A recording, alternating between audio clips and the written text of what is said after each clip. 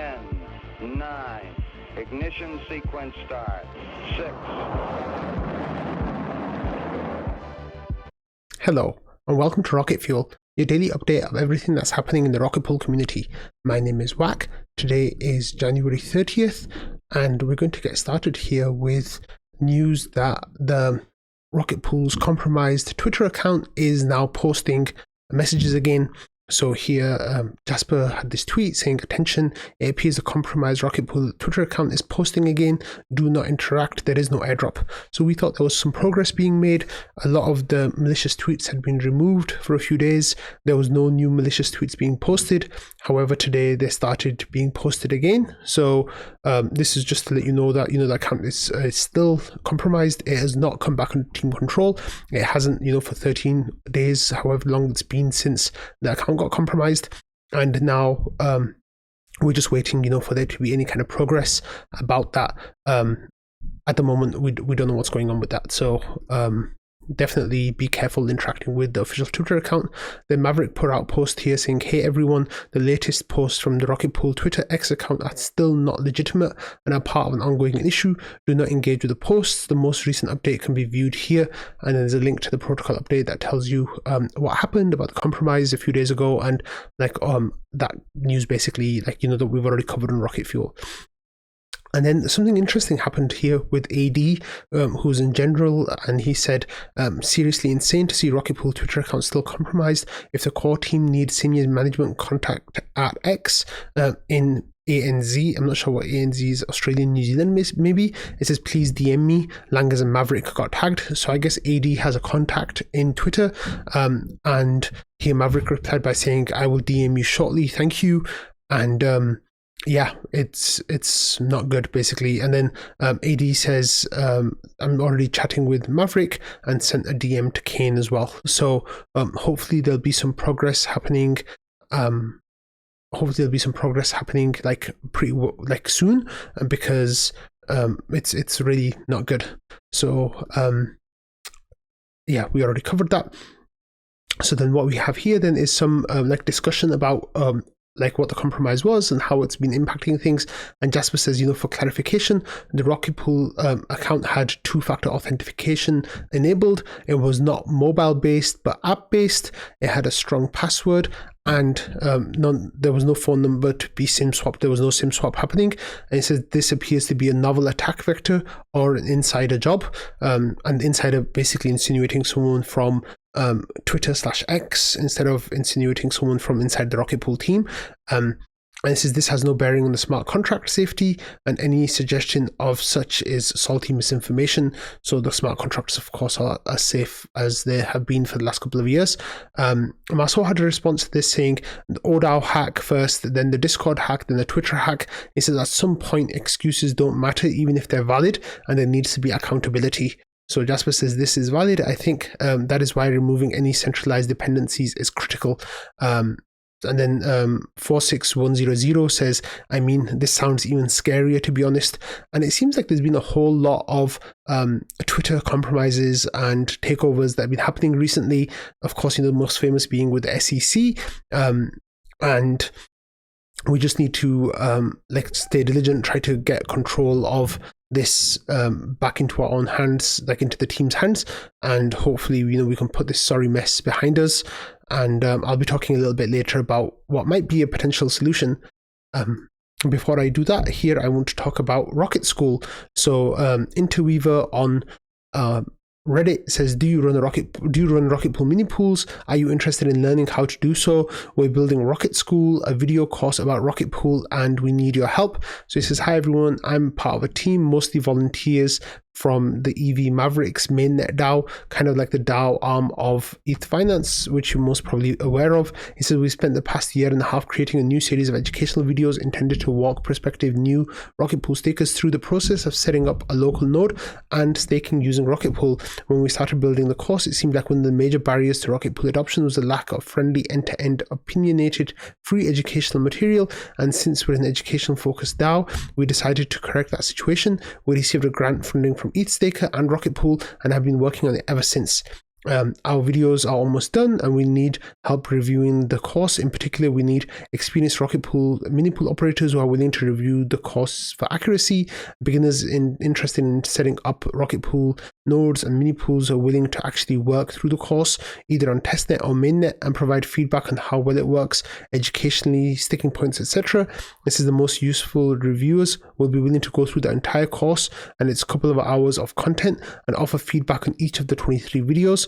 If you're interested in being a reviewer, please let us know by either replying to this post here on Reddit or any other places where we'll be cross-posting it, Reddit or Discord. The course should be ready to review in the next week or so, and we'll contact you with the next steps. We really want Rocket School to be a one-stop shop for learning how to run Rocket Pool Mini Pool. Your help will be hugely appreciated. Thank you. And it says there's also going to be a POAP for the people reviewing the whole course. So already Weaver started to get some responses here, like CAC2573 responded, asking questions. Toshi Monster asked to review. Others here as well said that they're happy to help. And then there was some questions about the course. So let's have a look at what's going to be on the course. So here, Interweaver posted this on ETH Finance, saying, just to get you guys more fired up about Rocket School, here's a sneak peek at the course syllabus.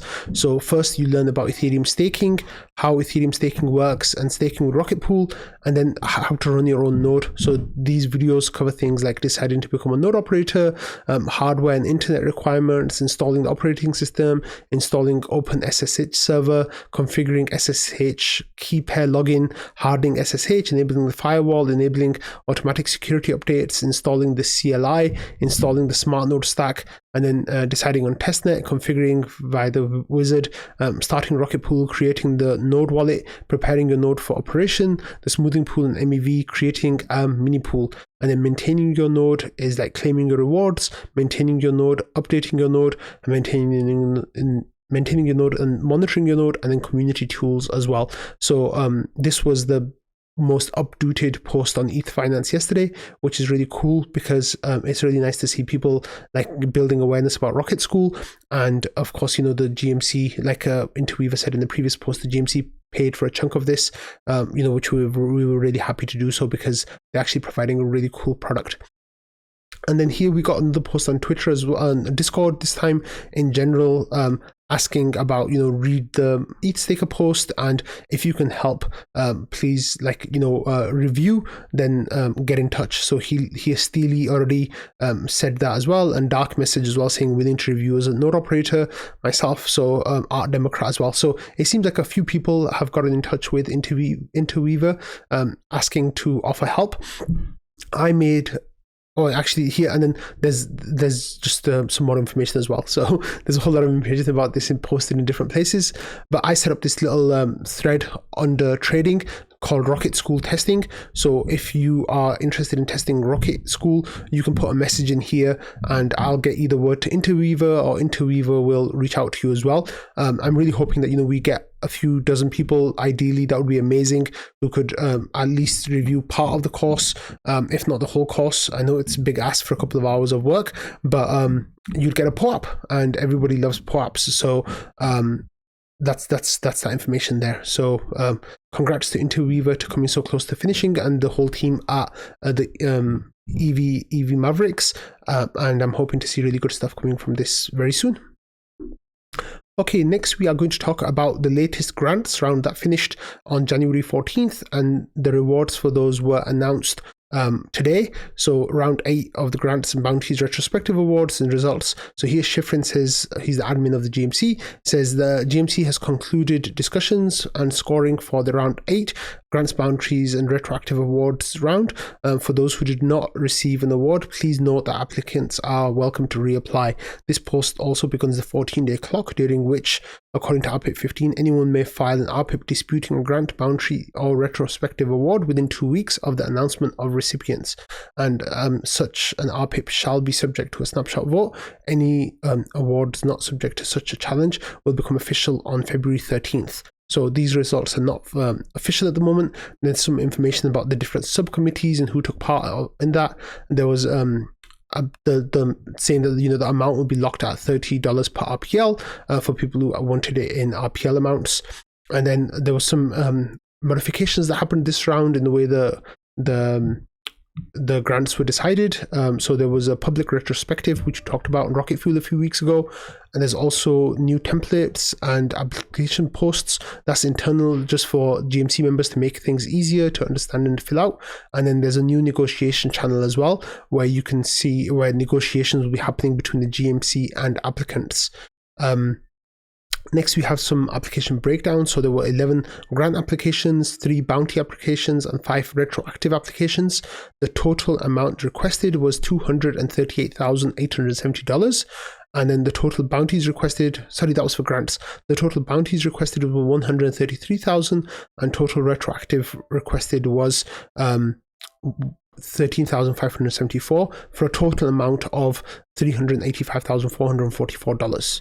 So here then there's information about the actual rewards, and I was given a new grant along with people like Ken, Jasper, Patches, Waldorf, yeah, those seem to be the main players who got grants this time around. And then there's detailed grant feedback. So for Rocket Fuel, they said Rocket Fuel plays a crucial role in the cohesiveness of Rocket Pool's community, warranting funding. The GMC has displayed an interest in optimizing exposure, reducing long-term costs, and expanding viewership.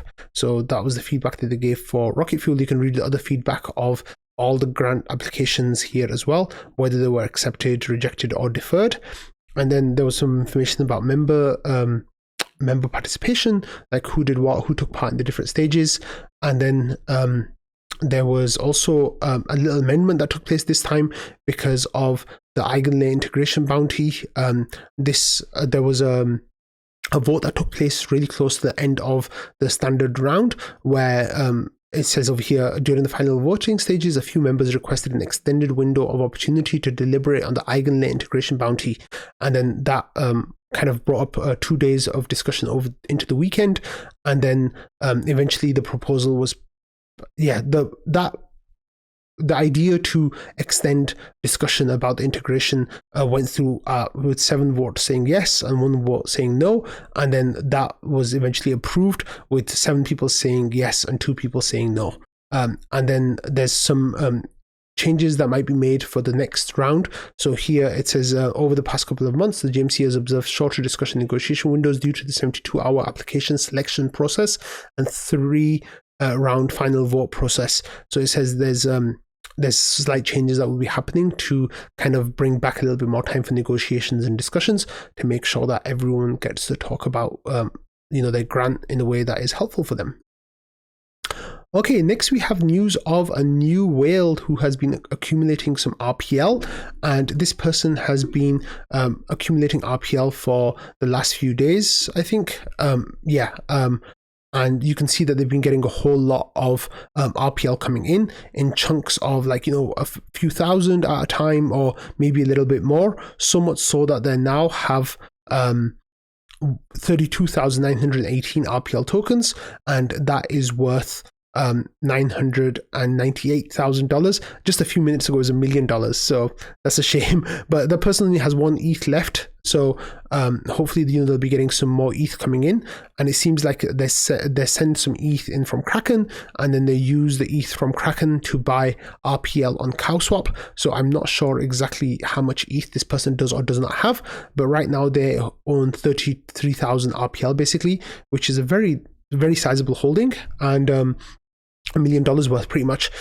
So it's going to be interesting to see what this person does with that RPL. At the moment it's just sitting in this wallet, and we'll have to see if they stake it, or if they send it to Aave or something else, or maybe even when NodeSet launches they might do something like that. But this is, it's nice to see that a person like this has been accumulating recently, and it's definitely helped the price action these last few days. Okay, going back to the Discord here, we have talk of Farcaster that's been made a huge resurgence in the community these last few days. So for those of you following along on crypto Twitter, the Farcaster guys have been really promoting the fact that a whole lot of people are using Farcaster every day now, and it is going up to 10,000 they hit the day before yesterday, 11,000 users yesterday. There's a whole lot of hype going around this new frame software integration that has been enabled on Farcaster, which looks really cool, and people are doing like really cool creative things with those. So anyway, like a whole lot of chatter has started building up about Farcaster again, and the Warpcaster being one of the clients that people use for Farcaster. So here, Pateris actually went and had some fun with Farcaster yesterday. So he went up and set up a new Rocket Pool channel where people can follow along with Rocket Pool tweets, and then people kind of like sharing their Farcaster IDs. Mine's quite straightforward. It is Farcaster /whack, or the warpcast.com/whack. So it's really straightforward for you to find that if you want. But then yeah, Pateris was playing around yesterday and setting up a new Rocket Pool channel, which he did there, and then people started kind of like adding along to that and playing along with it. And then Pateris was also playing around with some of the frames, and he says, what if we make a frame that mints our ETH straight from the browser, or straight from your like cast, basically like a tweet, because you can embed the app into that now. So if there was an app, you could just put that there and it would let you mint our ETH, which would be really cool. So yeah, this is nice that people in the Rocket Pool community are kind of taking Farcaster and Warpcast a little bit more seriously, because there was a whole lot of Twitter is just looking worse and worse every day, and more of the Ethereum community, I think, is kind of slowly but surely migrating. The thing is, like, the network effect is real, and you can't take your followers from Twitter with you. And so many people have kind of like built up those communities and like those followings that it's really hard to like start from scratch again.